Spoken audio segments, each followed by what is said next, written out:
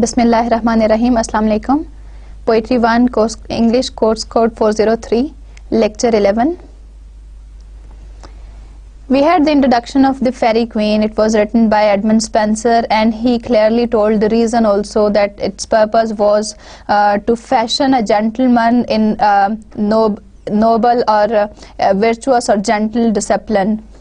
And the plan of the book also we are familiar with, that initially it was an elaborate plan, and he intended to write 12 books, and in each book there will be 12 cantos, and there will be a stranger who will be in need of some help, who will be suffering from some tyrant or a dragon or a giant, and there will be Queen Gloriana who will assign a knight for his help, and there will be a this poem will celebrate that great war and the exploits of that knight.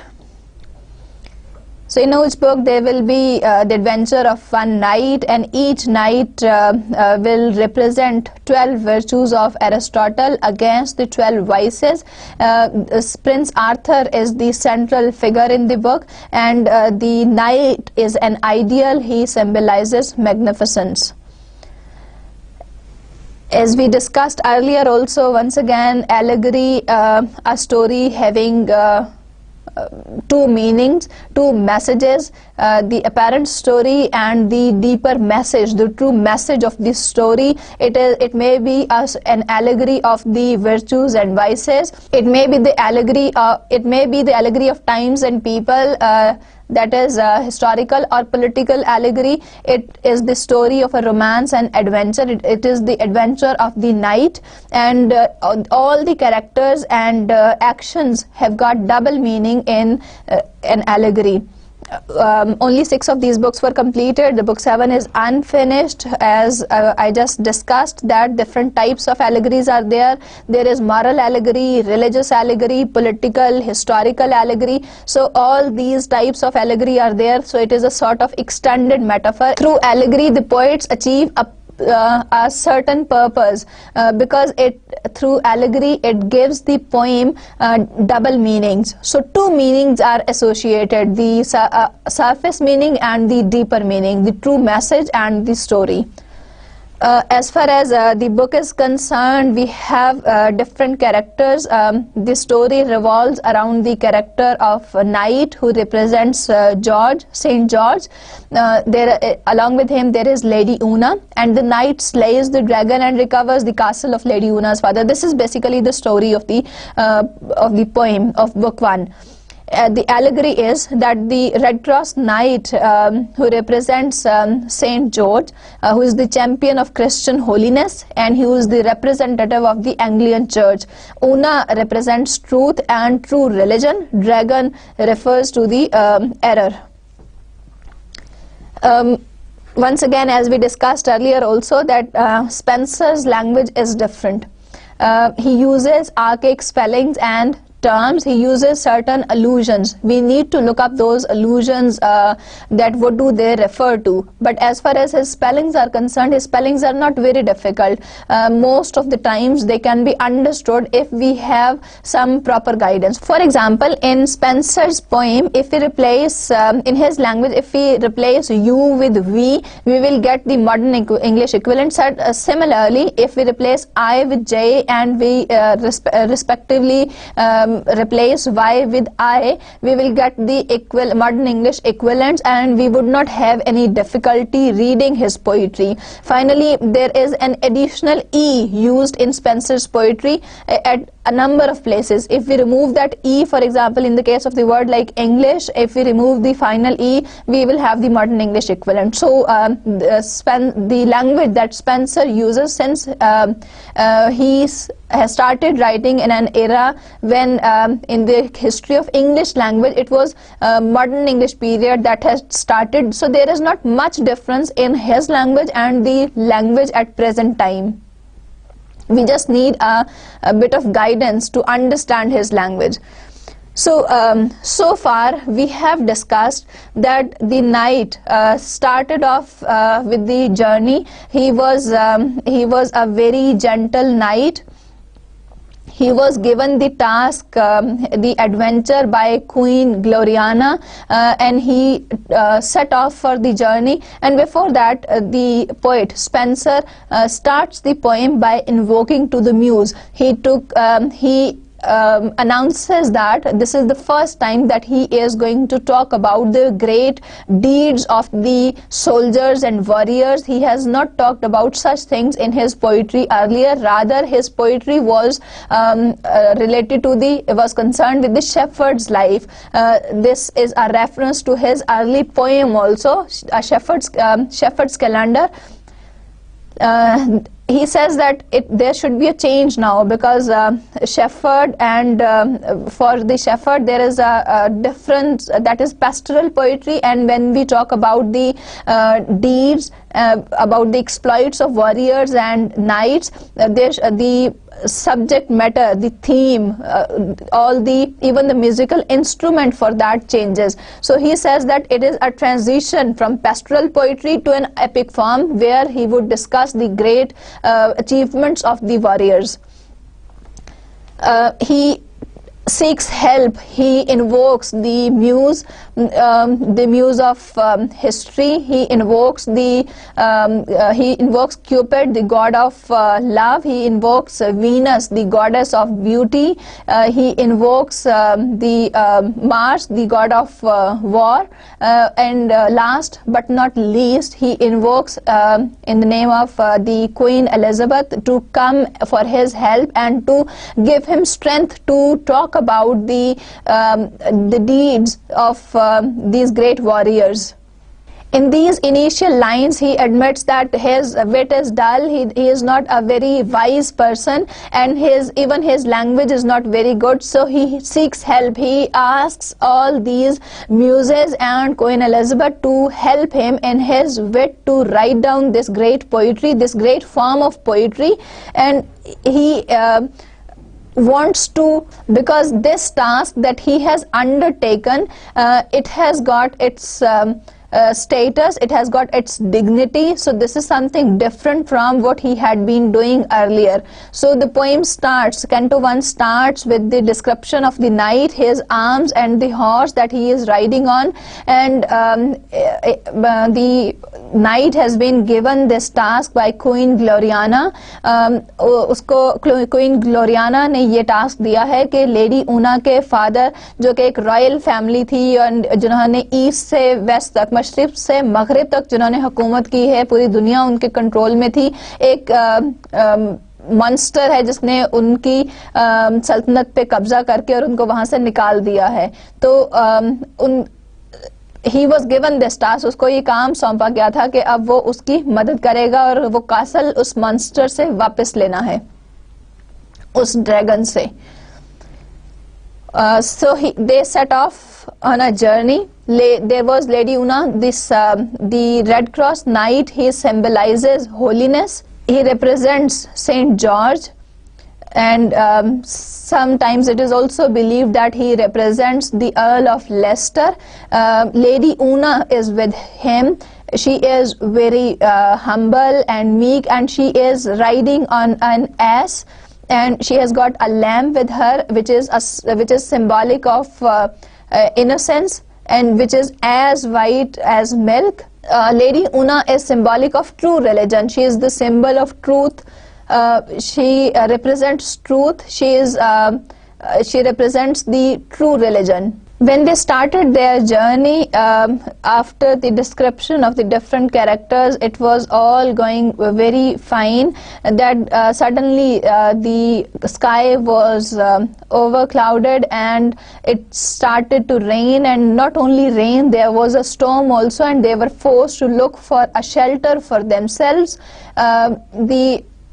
All these people, the Red Cross Knight, Lady Una, dwarf, the lamb with them, they were forced to take shelter, and nearby they could see a cave. They took refuge in that cave, and when they reached that cave, they could find a number of paths, a number of beaten paths in that, and they did not know which one to go on. Say they took one of the path, and they could see it was thick, it was densed with thick trees and large branches of the trees.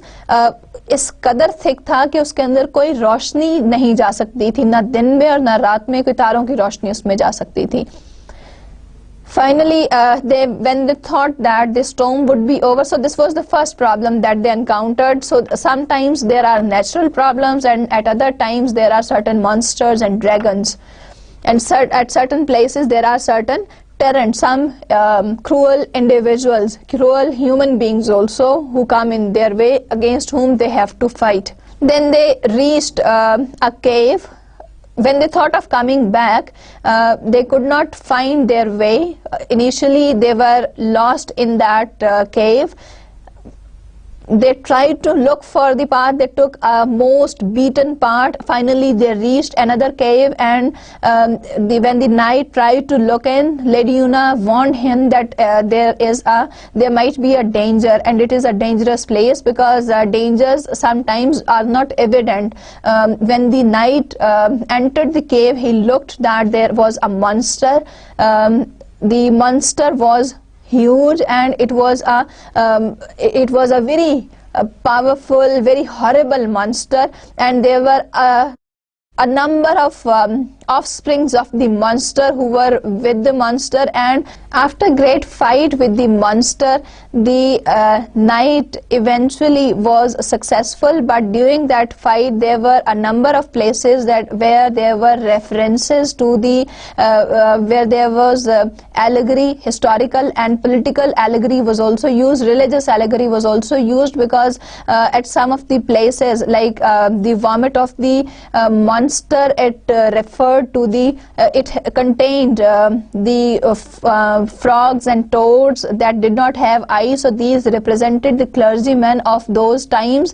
Moreover, it contained papers, it contained and that were all black and filthy and foul smelling. So all these things had the significance from the political and religious point of view. Finally, the knight, after making use of his strength and valor, was able to slay the monster. He killed the monster, and ultimately the monster's offsprings were also they killed themselves. The offsprings, thousands of serpents were there. They sucked the blood of their dying mother, and all these serpents, all these offsprings, when they had satisfied their urge to suck as much as they could, this was the point from where we had to begin lecture 11. That detestable sight him much amazed. So he was, detestable is the hateful, loathsome. So at this sight he was amazed, he was surprised to see all this. उसको बहुत हैरानगी हो रही थी इस कदर काबिल नफरत scene देखकर. To see the unkindly imps of heaven accursed. So they were heavenly cursed offsprings of the monster. Devour their dam. They were eating their own mother, and they were very unkind. They were unkind creatures. They were unkind offsprings, unkind children, on whom while so he gazed, having all satisfied their bloody thirst. So when he was looking at them, when they had all satisfied their thirst for drinking for sucking their mother's blood, their bellies swollen he saw with fullness burst. So their bellies burst, and bowels gushing forth, well worthy end. So their bellies burst, and they received an end that they deserved.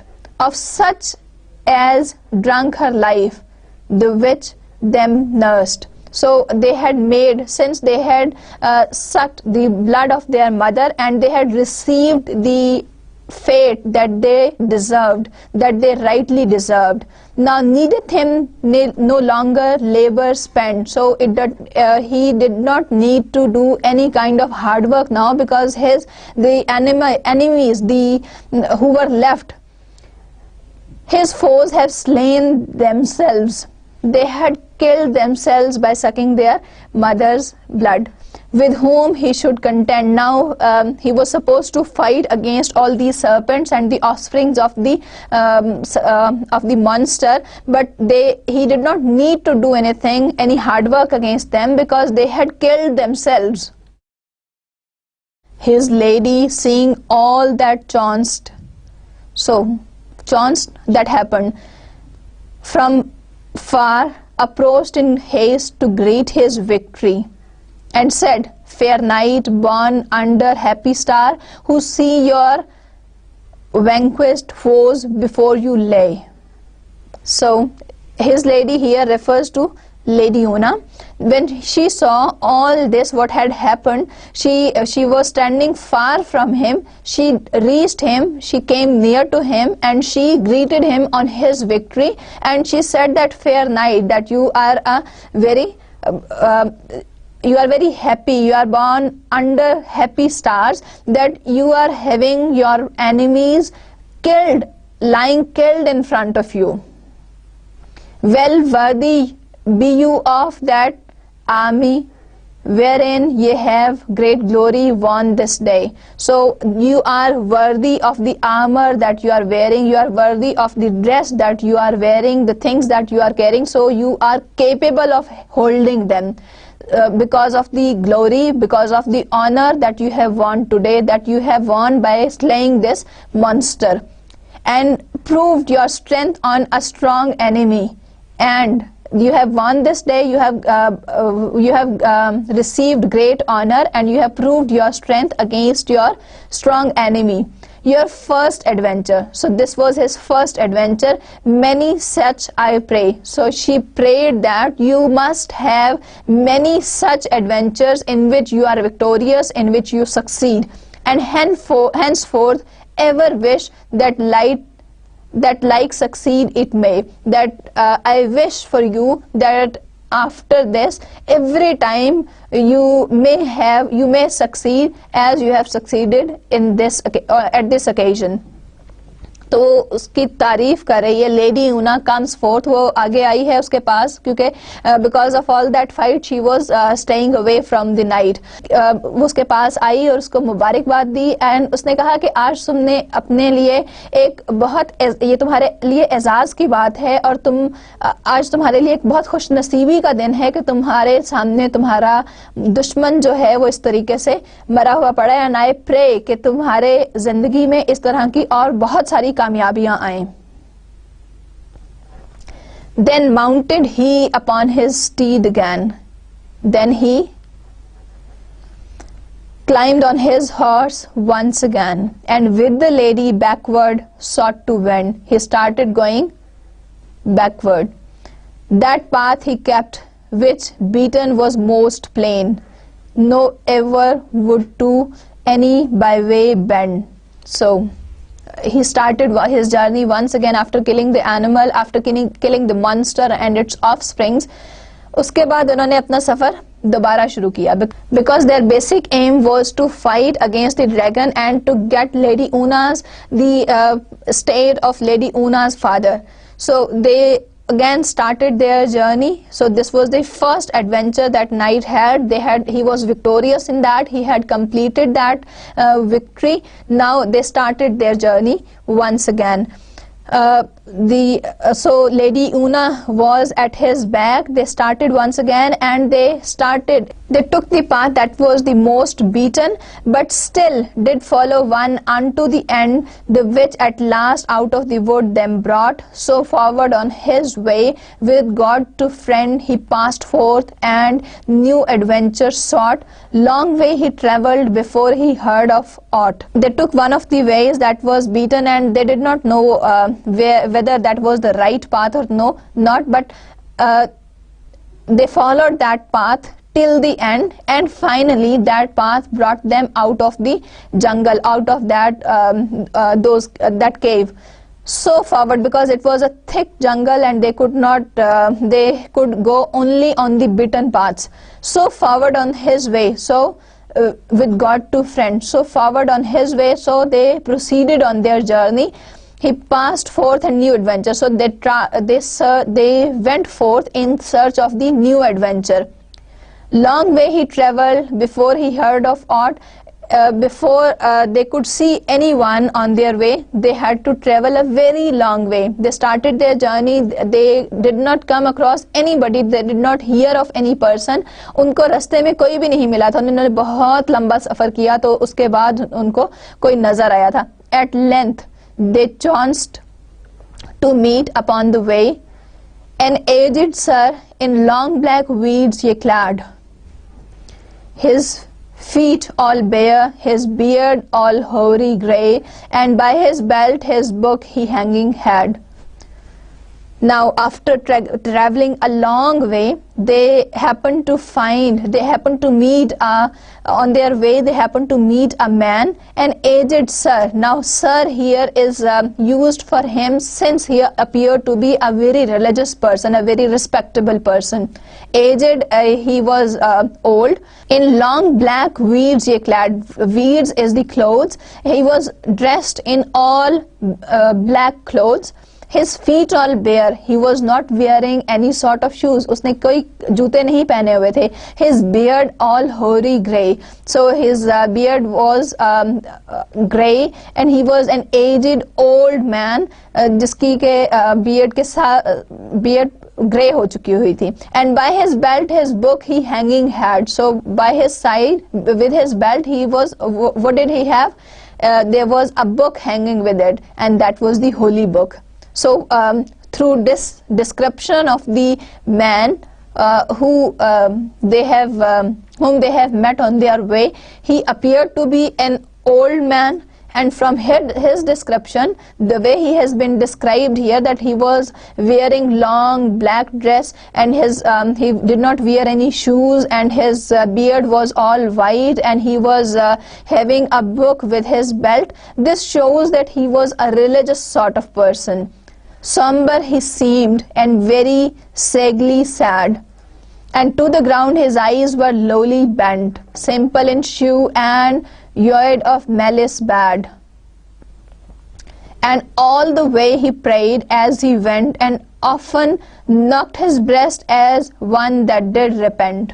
Now once again his description: sober. He appeared to be very sober and very sad, and his eyes were always bent. He appeared to be a very humble man who was looking towards the ground all the time. His appearance was very simple and void of malice bad. He did not have any bad feelings. He did not have any feelings of any ill feelings for anyone.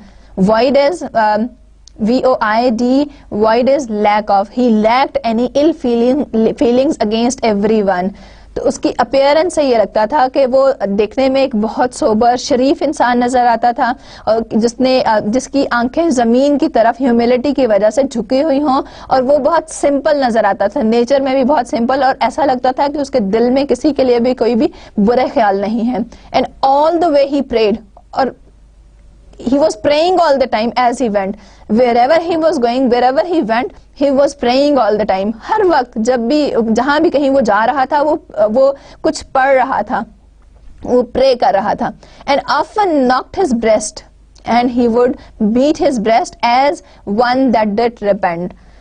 It seemed as if he was repenting on the sins that he had done in his youth. So he would often knock his breast as a sign of repentance for the sins that he had done in his youth. He feared the night saluted, louting low. Who fear him quitted as that courteous was, and after asked him if he did know of strange adventures which abroad did pass. Now he welcomed, he saluted the knight, and he bowed to him as a gesture of humility, humbleness, meekness. Who fear him quitted. So the knight also returned him the same greeting. उसने भी उसको उसी तरीके से greet किया जैसा कि old man ने नाइट को ग्रीट किया था. उसने वही greeting as a matter of courtesy उसने उसी तरीके से वापस उसको भी ग्रीट किया, क्योंकि the knight was a kind and courteous man. And after having this formal greeting, he asked him if he did know, if he could tell him of strange adventures, if he could tell him of anything, any strange adventures which abroad did pass. Abroad means in that area, in that surroundings. So he asked him that if he could tell him of any adventures that could be there around him. Ah, my dear son, quoth he, how should, alas. Now, this is the old man's reply. He said that, alas, it's very sad, it's very sorrowful, silly old man that lives in hidden cell. So silly here refers to very simple, somebody who does not know of any of the worldly things, जिसको दुनिया के बारे में कुछ नहीं पता, वो लोगों से दूर, उस सारी जो दुनिया है जो जहाँ पे लोग बहुत होशियार, चालाक हैं, ग्रीडी हैं, उन सब से बहुत दूर एक सिली इंसान है जो कि एक जंगल में अपनी जिंदगी गुजार रहा है बहुत मजहबी तरीके से. Bidding his silly that lives in hidden cell, जो कि एक जंगल में रहता है, एक हिडन सेल है जो कि जंगल के पास है. Bidding his beads all day for his trespass, कि अपना वक्त गुजारी के लिए वो एक बीड्स ऑफ द रोजरी, कि वो अपनी एक तस्बीह कर रहा है अपना वक्त गुजारने के लिए. Tidings of war and worldly trouble tell. So he says that such an old man who is living at such a far off place, in a secluded place, all the time saying his prayers, and how can that person tell you about a war or the worldly trouble tell? How can he tell you about the misdeeds, about the wars, about the adventures? With Holy Father sits not with such things to mell. So these, to mell is to mix. These things are not suitable, they are not fit for mixing up with somebody who is holy and pious and who is always involved in his prayers and in his virtuous deeds. So far the kind of description of the old man that we have, we come to know about him that he is an old man. He appeared very simple. The kind of dress he is wearing, it seems that he is not at all interested in the worldly affairs. He says his prayers regularly and he is always busy doing that. And even when the knight asks him that if he could tell him about any adventures, about any new things, any worldly affairs around, he tells him that he is a person living at such a secluded place. How could he tell him about the worldly affairs? So he should not mix up such worldly things with a holy person like him. But if of danger which hereby doth dwell. Danger is the danger, dwell nearby, dwell is to live, and homebred evil ye desire to hear. Of a strange man I can you tidings tell, that wasteth all this courtesy far and near. So he said that I cannot tell you about that, but I can tell you of some danger that lives around here, and it is if you would like to hear about, if you desire to hear about it, of a strange man who has destroyed all the country far and near, at the surrounding places. Of such, said he, I chiefly do inquire, and shall you well reward to shew the place in which that wicked wight his days doth wear. For to all knighthood it is foul disgrace that such a cursed creature lives so long a space. So he said that the knight said that I really want to inquire, I really want to ask about such a person, that and to teach him real lesson, that such a person is living at this place, because it is a kind of disgrace, it is a bad honor for the knighthood, for the whole class, for all the soldiers, that such a cursed person is living on earth. Far hence, quoth he, in wasteful wilderness his dwelling is, by which no living wight may ever pass, but thorough great distress now, said the lady, draweth toward night. So he said that he knew about a man who has spread who is responsible for bringing about destruction in the place, in the neighborhood. So he said that I know about that man, and he lives where in a wasteful is the desolate, in wilderness, in a place which is not populated. His dwelling is by which no living wight, his dwelling is his living place. He lives in an area where no living being could ever pass, could not get near it, but thorough great distress. So it is all a distress everywhere around, and no living man can ever reach his place, his living, his home. Now, said the lady. Now this is a lady is Lady Una. She said that draweth toward night. So this is the night is approaching. Since the old man, he just mentioned that the man about whom he is talking, he lives in a very far off place, and he lives in the wilderness. And since the sun was about to set, so she thought that it would not be suitable to look for that place. And well I wot that of your later fight, ye all for wearied be, for what so strong, but wanting rest will also want of might. The sun that measures heaven all day long, at night that doth bathe his steeds, the ocean waves among. So she says that it is the sun is about to set, so she thinks that because of his fight that he recently had, she refers to the fight with the monster, the killing of the monster, the slaying of the monster, that you will be really tired after that fight. For what so strong, but wanting rest will also want of might, that no matter how strong the person is, every time when you are you do something great, when you achieve some purpose, you exert yourself, you want rest in order to have that spirit, in order to have that power again.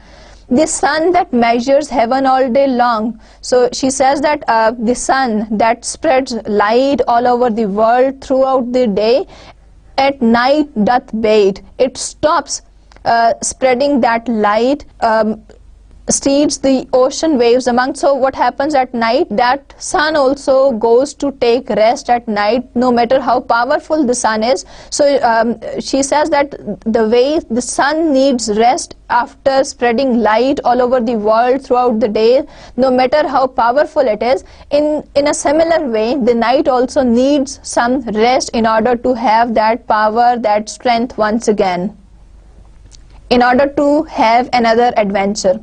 Then with the sun takes her your timely rest, and then new day, new work at once begin. Untroubled night, they say, gives counsel best. Right well, Sir Knight, ye have advised been. Now this is the old man. He says that then with the sun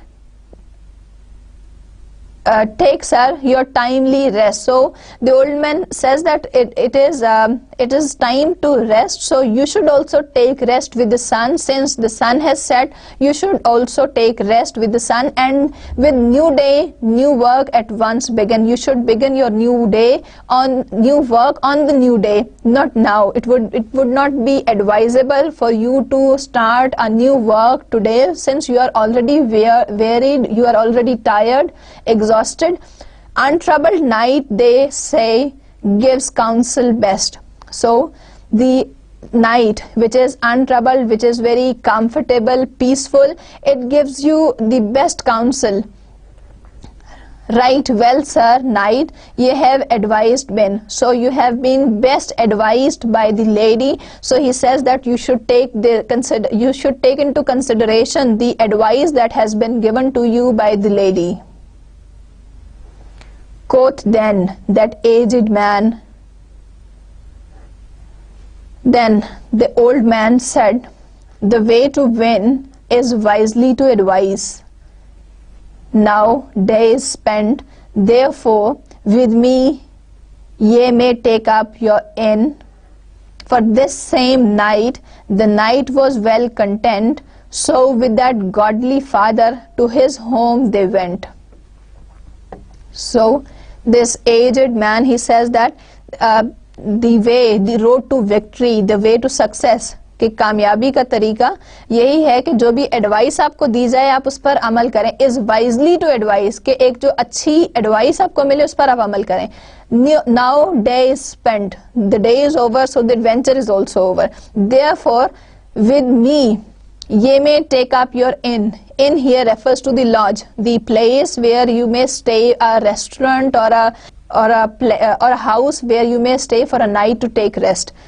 So he says that you may take rest, you may come with me and you may take rest. For this same night, for this one night, the knight was well content. Content is satisfied. So the knight was satisfied by this piece of advice given by Lady Una, and whatever the old man has said, he did not have any inch of discontent with that. He was satisfied. Whatever they had advised, he was ready to act upon that. जिस तरीके से उन्होंने कहा था उसको बिल्कुल उसी पर यकीन था, because the old man also appeared very religious and he had given a good advice to them. So with that godly father, now godly father here, because of the description also in the previous stanzas also, he has been projected as a very pious holy man who is very simple, who is very religious, जिसको worldly चीज़ों का, worldly affairs की कोई care नहीं है. उसने एक सो फार इस तरह से लग रहा है जैसे उसने उनको एक बहुत सिंसियर एडवाइस दी है, जो कि और ये खुद जो है वो उनके साथ बहुत सिंसियर है, बहुत अच्छी एडवाइस उनको दी है, और उनको कह रहे हैं कि कल सुबह से तुम लोग अपना सफ़र जो है वो दोबारा शुरू करना. It's not good to start it now since you are wearied and it's time to take rest. So godly father is here attributed because of his appearance, but later on we will say that who he really is, कि वो हकीकत में उसकी हकीकत क्या है. So far we know कि वो अपनी prayers वो कर रहा है, रोजरी है उसके पास, वो उसके ऊपर पढ़ रहा है, उसका जो घर जिस जगह पर है उससे भी हमें यही पता चलता है कि बहुत रिलीजियस पर्सन है. उसकी अपीयरेंस से, जो कुछ वो कर रहा है, अभी तक जो उसने कहा है, उस सब से सिर्फ ये पता चलता है कि he is a completely religious man, जिसको वर्ल्डली अफेयर्स में कोई इंटरेस्ट नहीं है, जो कि completely एक जिसमें एक कंप्लीट सेल्फ डिनायल है, जिसका कोई बेनिफिट नहीं है किसी चीज में. So what they did, so with that godly father to his home they went. So they went to his home. All these people, the knight, Lady Una, dwarf, the lamb, they all went to take rest for the night with the old man at his home. A little lowly hermitage it was. Hermitage is the place where a religious person, it's a kind of hut where that person lives in seclusion and prays to God. And he spends all his time in prayers and in repenting for his sins that he had done in his youth, in his past. Down in a dale, hard by a forest's side, far from resort of people that did pass and travel to and fro a little wide. So where was his house situated? He took these people, the knight, Lady Una, dwarf and the lamb with him, and he had heard that where they were looking for some adventure.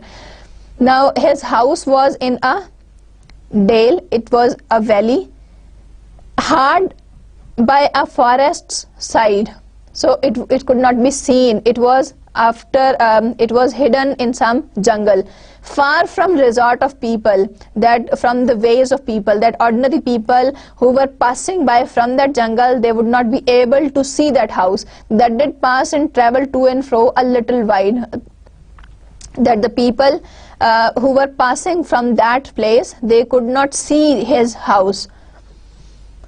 So it was a lonely place. The house was somewhere near the jungle, and it was far from the people's approach. They could not reach that place. A little wide there was an holy chapel edified. So edified is built. Chapel is a small church. So there was a small church also with this hermitage, wherein the hermit duly wont to say his holy things each morn and eventide. Thereby a crystal stream did gently play, which from a sacred fountain welled forth alway. Now what happened? It was a hermitage that was at a lonely place near the jungle, near the forest, and there was a small chapel also built with this home, with this hermitage. And in that chapel, the old man, the pious looking, or the old, there was a chapel where this old looking man would offer his prayers every evening and every morning. So no matter what was the time, evening or morning, whenever he would like to say his prayers, he would go in the chapel and he would offer that. So there was no restriction of time because he had nothing else to do. So he would pray all the time, and for that reason the church was also very near his home. There was the home, and just nearby there was the chapel also. Thereby a crystal stream did gently play. So there was a stream also whose water was nearby. There was a stream of water that very gently ran, and it was very bright, and it was crystal like, which from a sacred fountain welled forth always. So it flowed from a sacred fountain. Arrived there the little house they fill. The little house, since it was the hermitage of the old man, so these men, they filled the house of when they arrived there, they filled the house of the old man. They look for entertainment where none was. So they did not look for any sort of entertainment there, because there was no one living there. There was only the old man. So they did not look for any sort of entertainment. They did not expect any kind of feast there. Rest is their feast. So what they want, all of them, they wanted rest. Rest is their feast. So this was the best thing. They only wanted a place to stay that they had found, and they wanted to take rest. It was their feast. It was their best entertainment there. And all things at their will. The noblest mind the best contentment has. So they wanted rest, and the noble minds do not wish for many things. They are contented. All the things at their will. So they did not want lots of things. उनके लिए, क्योंकि जो noble mind है उसके लिए satisfaction जो है उसमें already होती है, चाहे उसे कुछ मिले या ना मिले. So these, since the knight and Lady Una and dwarf, they were noble people, so they did not want any kind of, उन्हें आराम की ज़रूरत थी. उसके अलावा उन्हें किसी और तरह की entertainment, खाने की किसी और चीज़ की ज़रूरत नहीं थी. With fair discourse the evening so they pass. For that old man of pleasing words had store, and well could file his tongue as smooth as glass. He told of saints and popes, and even more he strode and O Mary after and before. So Mary is Christ's mother. So he was often saying Mary. Or Mary, he was calling that, he was saying that again and again, whenever he would say something. Now, once again, we have these lines, they refer to the character of the old man. So far, whatever we had, we know that he is a pious man, he is a pious looking man. He spends his time by praying to God. He has got a small chapel also, and with fair discourse. So they had they kept on talking. They spent their evening talking about, for that old man of pleasing words had store. So he had lots of things. The old man had lots of things to say. He had lots of pleasant things to say, and well could file his tongue, and he had polished, he had the ability to speak as smooth as glass. So it's a simile here referring to his tongue, that he could very smoothly talk about the lives of saints and popes, and he could narrate lots of things to them. So he kept on telling them stories, he kept on telling them different sorts of pleasing things, different sorts of pleasant things about different popes and saints. And even more, he strode, so whenever he would finish saying something about a saint or a pope, he would say, "Oh Mary." So he would refer to that, he would say that. So this again showed that he was a religious sort of person, the way he talked, the kind of incidents that he described. And the drooping night thus creepeth on them fast. So the drooping is very tired, exhausted. So it's not the night that was tired. These were basically the travelers, these Knight and Una and dwarf who were tired. So here their feelings have been referred, that state has been referred to as night also.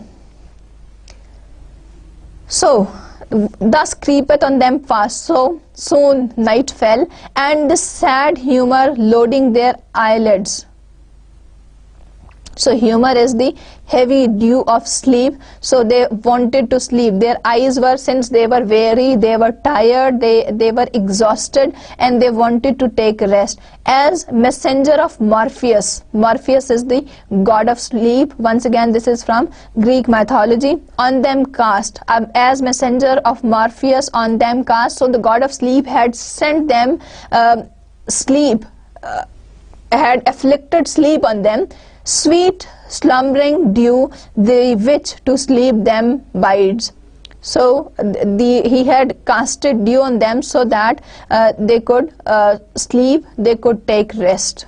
Unto their lodgings then his guests he rides, where when all drowned in deadly sleep he finds, he to his study goes, and there amides his magic books and arts of sundry kinds. He seeks out mighty charms to trouble sleepy minds. Now in these lines, when the old man had sent the guests, lodging is the guests, the people who had come to stay with him for a night. So when his guests had been, the old man had sent his guests to their rooms, to their respective rooms to sleep. And when he found that they were all deadly sleep, deadly, they were having the deep sleep. He found they were asleep, they were in sound sleep. He to his study goes. He went to his study room, and there amidst, there he sat amongst his magic books and arts of sundry kinds. So he had his magic books and number, sundry means a kinds of, he had different sorts of arts there. He sat amongst them. He seeks out mighty charms. He took out some charms out of them to trouble sleepy minds, and his aim was to trouble, to afflict pain on the sleepy minds. He wanted to disturb them. Then choosing out few words most horrible. So from these lines we come to know that he is not an old man. That was his, he had disguised himself and as an old man. So he represents hypocrisy. This old man represents hypocrisy.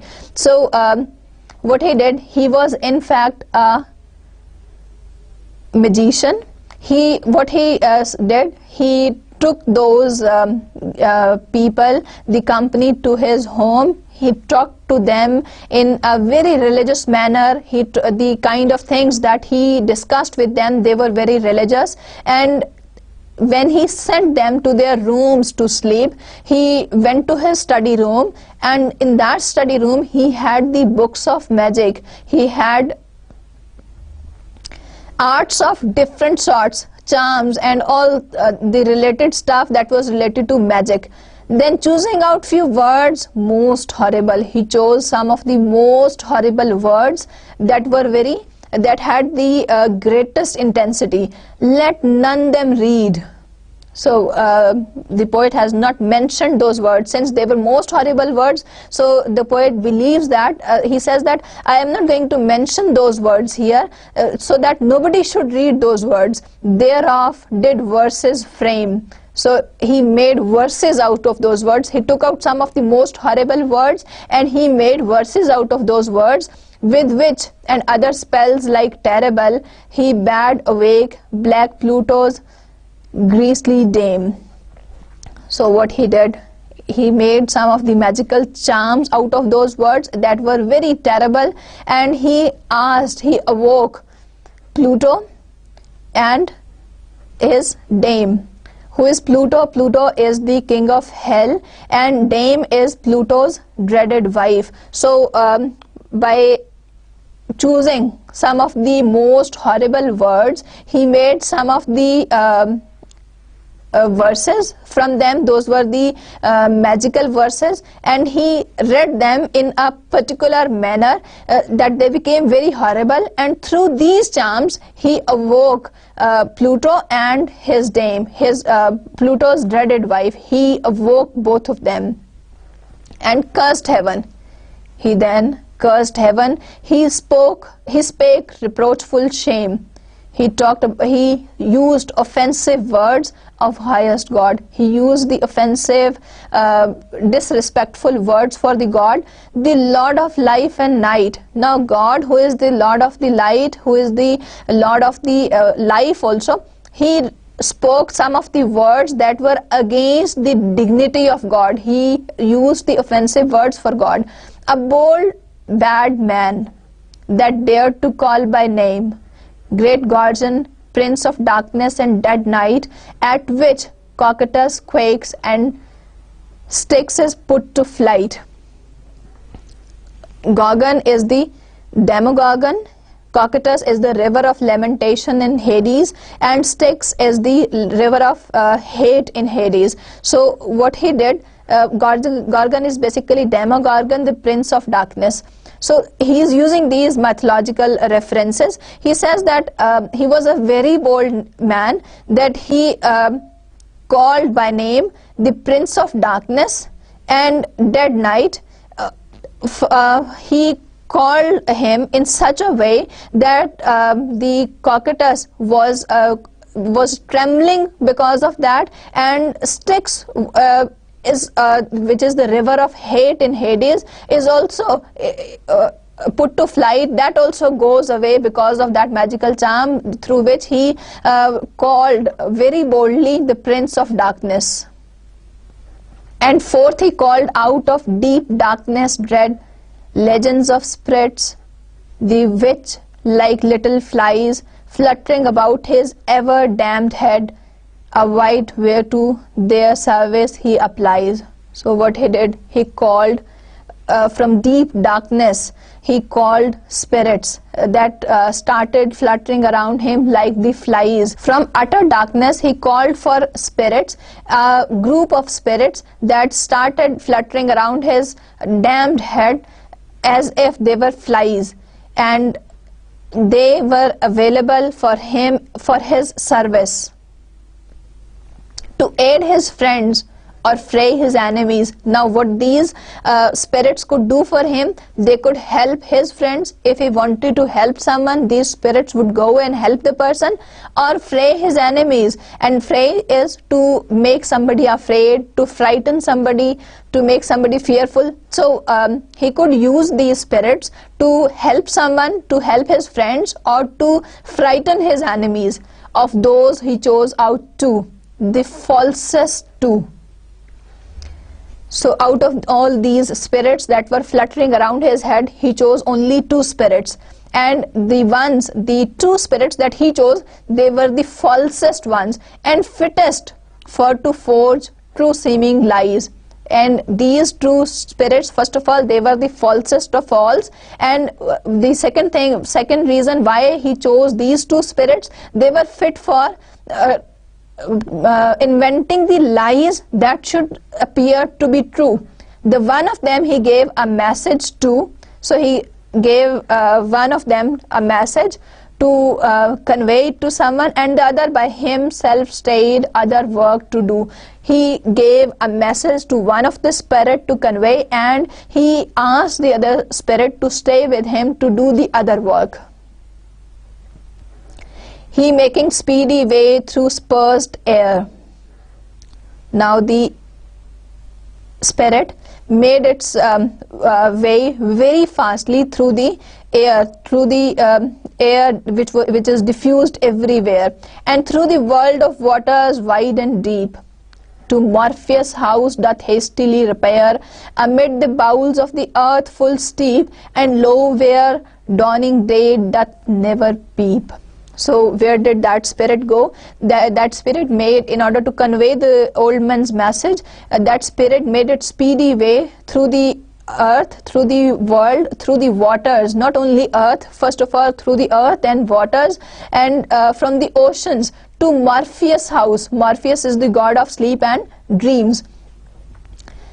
Amid the bowels of the earth, in the centers of the earth, full steep. So the house of Morpheus is in the center of the earth, and lo, where dawning day doth never peep, where the light of the day can never reach. So the Morpheus house is situated where the light of the day, since he is the god of dreams and sleep, his the light of the day can never reach that place. So the spirit hurriedly took the message and moved to the Morpheus house, to the god of sleep and dream.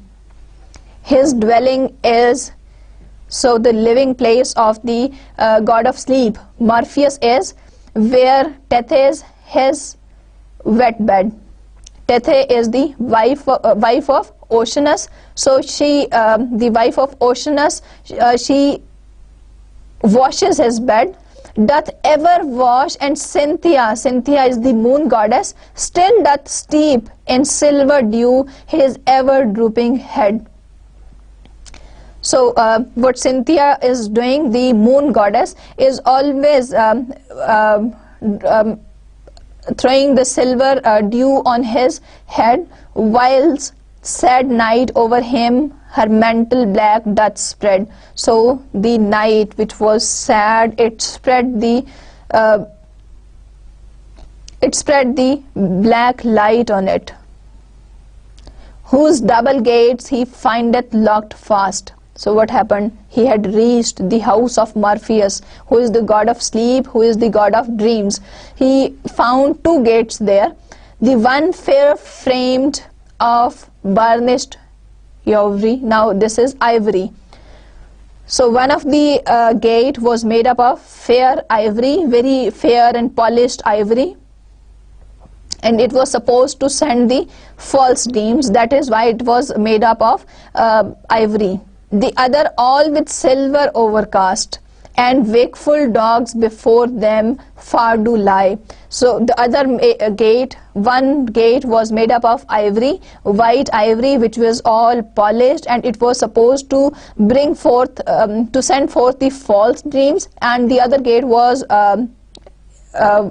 plated with silver, and it was supposed to send forth the true dreams. And there were dogs who were keeping a watch by sitting in front of these gates, watching to banish care their enemy. They wanted to keep the enemies away of these gates. Who oft is wont to trouble gentle sleep, that whosoever would cause a hindrance, would cause a trouble in the sleep of the god of sleep, in the sleep of Morpheus, they were keeping a guard on that. By them the spirit doth pass in quietly. So the spirit quietly passed by them, and unto Morpheus comes, and reached Morpheus, home drowned deep in drowsy fit he finds. So the spirit found Morpheus sleeping soundly, and of nothing he takes keep. So he did not pay any attention to the spirit who reached there. So if we have a review of lecture, it's a story of a knight who is there to rescue Lady Una's father's castle. There is a lamb and a dwarf also with them. And in the previous lecture we read that they had entered a cave, and in that cave they encountered a monster, and after a struggle against the monster, the knight was finally able to slay the monster. Then finally when they started their journey once again, after traveling a long way, they happened to meet an old man who appeared to be very holy, a very religious person. His appearance, the way he is described by the poet, he appeared to be a very religious person. He had his home in a very secluded place, and there was a small chapel also with them. And Lady Una, the knight asked the old man for if he knew any troubles or any adventures around, or if he knew anybody around who causes destructions or mischiefs. The old man first replies that he does not know, since he is an old man who is always busy in his prayer, so he does not know about any worldly affairs. Then he said that yes, he knows about a man who lives at a very far off place, and he can tell them about that man. But Lady Una thought that since that man lives at a far off place, it was better for them to take some rest so that they could start their new day with their full spirit after they had gathered all their courage once again, because she thought that the knight must be exhausted and tired because of the fight that he just had with against the monster. So they stayed there. The old man also said that it was a good advice to take some rest, and he offered his home that they could stay at his home for the night. When they reached that home, the old man talked about the holy things. He discussed some of the incidents of the saints and popes' lives, and all these things they presented him as a very pious old man who is completely a holy person, who does not have any worldly interests. When these men, the knight, Lady Una, dwarf and the lamb, when all of them they go to sleep in their respective rooms, the old man, he reaches his study room, and there he sits among his books of magic. He takes out some of the words, he prepares some charm, and he calls some spirits, and out of those spirits, since he is a magician, in fact he represents hypocrisy, so he calls two spirits. He selects two spirits out of the ones that he had called,